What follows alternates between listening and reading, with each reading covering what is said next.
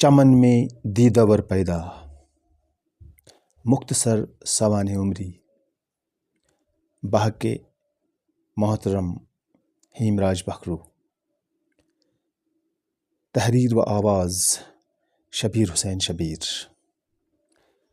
1964-65 کے موسم سرما کی برف باری مکمل ہو چکی تھی اور جموں و کشمیر کے تمام پہاڑ برف سے ڈھک چکے تھے، اور اسی انتظار میں تھے کہ کب بہار و گرما کے دن آئیں اور سورج کی تمازت سے برف پگھل کر کھیت کھلیانوں کو سیراب کریں۔ جموں و کشمیر کے لیے لینڈ آف رائزنگ سن کہلانے والے علاقے بنی کے پہاڑ بھی سفید عمامے پہنے برف کا خوبصورت نظارہ پیش کر رہے تھے، اور دور دور تک پہاڑوں پر برف ہی برف تھی۔ فاگن کا مہینہ اپنے ساتھ ایک نئی نوید لے کر آتا ہے، اور اسی مہینے میں وادی کشمیر اور جموں صوبے کے ٹھنڈے پہاڑی علاقوں میں موسم بہار سے پہلے ایک مہینے پر محیط نوبہار کے دن آتے ہیں، جو نہایت ہی دلکش، خوبصورت اور سہانے دن ہوتے ہیں۔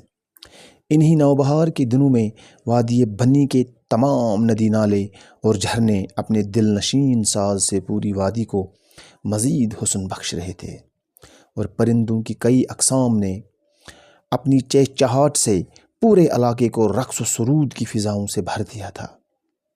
اور اسی میٹھے ماحول میں نوبہار کے آخری دنوں میں 4 مارچ 1965 کو وادی بنی کے ایک خوبصورت گاؤں سرجن میں شری لچھو رام اور شریمتی ہردے کے گھر ایک بچہ تولد ہوا، اور یہی بچہ بعد میں ہیمراج بکھرو کے نام سے مشہور ہوا۔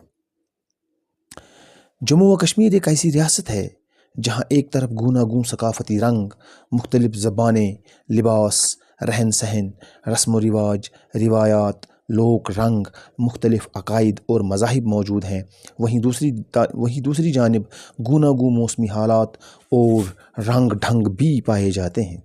جہاں ایک طرف پہلگام، گلمرگ، بنگس، ڈیکسم، سنتھن، سناسر، پتنی ٹاپ اور بنی جیسی خوبصورت صحت افزا مقامات ہیں، جہاں موسم سرما میں درجہ حرارت منفی سے بھی نیچے چلا جاتا ہے اور خوب برف باری ہوتی ہے، وہی کٹھوا، ہیرا نگر، اخنور، رنبیر سنگھ پورہ، جموں اور بشنا جیسے میدانی علاقے بھی ہیں، جہاں موسم گرما میں سخت ترین گرمیوں کے دن دیکھنے کو ملتے ہیں اور درجہ حرارت 47 ڈگری تک چلا جاتا ہے۔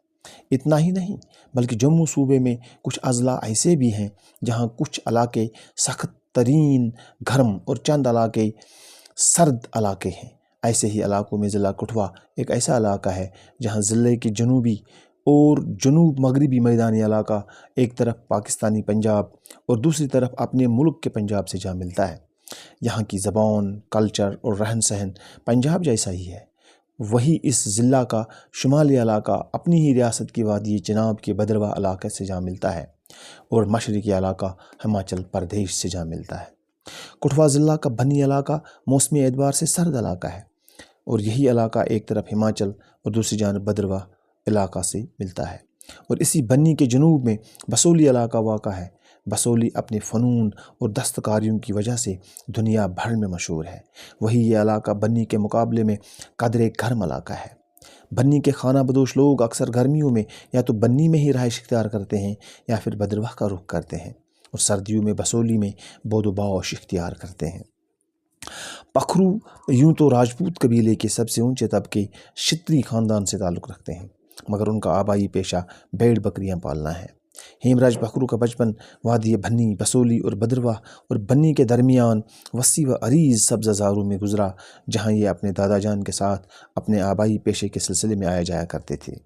یوں ہیمراج بکھرو فطرت کی خوبصورت آغوش میں پرورش پاتا رہا، اور جب 6 سال بعد ان کو اسکول میں داخلے کا وقت آیا تو اپنے ہی گاؤں سرجن کے پرائمری اسکول میں ان کا داخلہ کرایا گیا۔ یہ اسکول ان کے دادا جان شری تانو رام کی کاوشوں سے ہی اس گاؤں میں قائم کیا گیا تھا۔ اسکول عمارت نہ ہونے کی وجہ سے کبھی کبھار کھلے میدان میں تو کبھی کسی کے گھر کے برآمدے میں اور کبھی پیڑوں کے نیچے بیٹھ کر تعلیم حاصل کی۔ اول سے لے کر 5ویں تک سرجن میں ہی تعلیم حاصل کی، اور ایک جماعت بسولی کے جندروٹا گاؤں سے پاس کی۔ مڈل مڈل اسکول اور ہائی اسکول کے امتحانات بنی کے مڈل اسکول اور پنہالہ کے بوائز ہائی اسکول سے پاس کیے۔ 9ویں جماعت سے ہی سائنس کے مضامین اختیار کیے۔